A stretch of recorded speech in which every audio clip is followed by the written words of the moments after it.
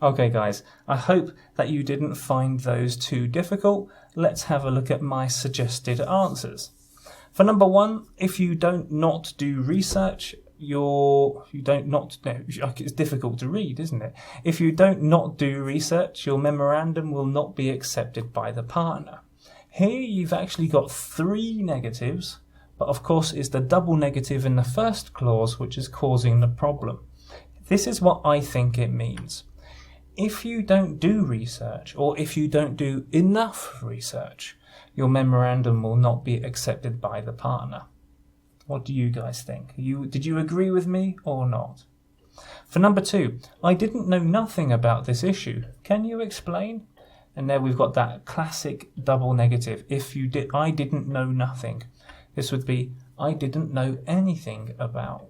Now here, I just want to say that some people, think that any is a negative form in English. It is not. Any is used in negative forms, but it is not itself a negative. So, for example, with some Polish students, they say, well, that's a double negative because any is a negative. It's not the case.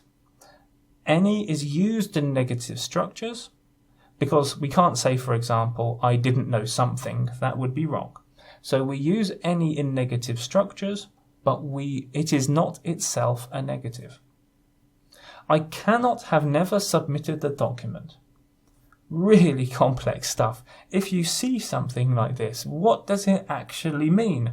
I think it means this. I cannot have ever submitted, or I have never submitted. Now, these mean slightly different things, depending on what you're trying to say. I have never submitted is just never. This is something I haven't done. I cannot have ever submitted, because of the perfect form, actually talks about a certain period of time between time A and time B, and it's almost something we would say if we were trying to work out reasoning, or we were trying to deduce something in a police drama or something like this.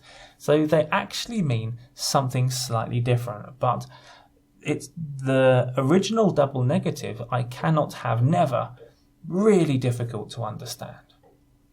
The authority wouldn't not give us permission if we submit that document. So we've got a double negative. We've got the modal negative, wouldn't, and then we've got not. And when you see this combination together, it really makes the reader think, what's actually going on here? And when you think about that, sometimes you have to redraft the whole sentence. And that's what I did here. Submitting the document will not stop the authority giving us permission. This is what I think this is trying to say. What do you guys think?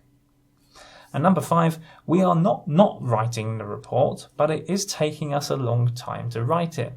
Now, this is actually grammatically okay, but it is very, very unusual. And of course, we don't want to use this structure because it's very difficult to understand. So what I think the author is trying to say is this: we are writing the report, but it is taking us a long time to write it.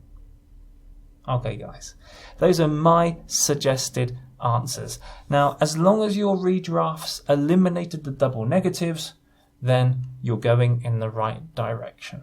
Okay. Move on to, now that you've finished this lesson, have a look at lesson 18 when it becomes available, and let's do some further work on how we can avoid creating accidental double negatives.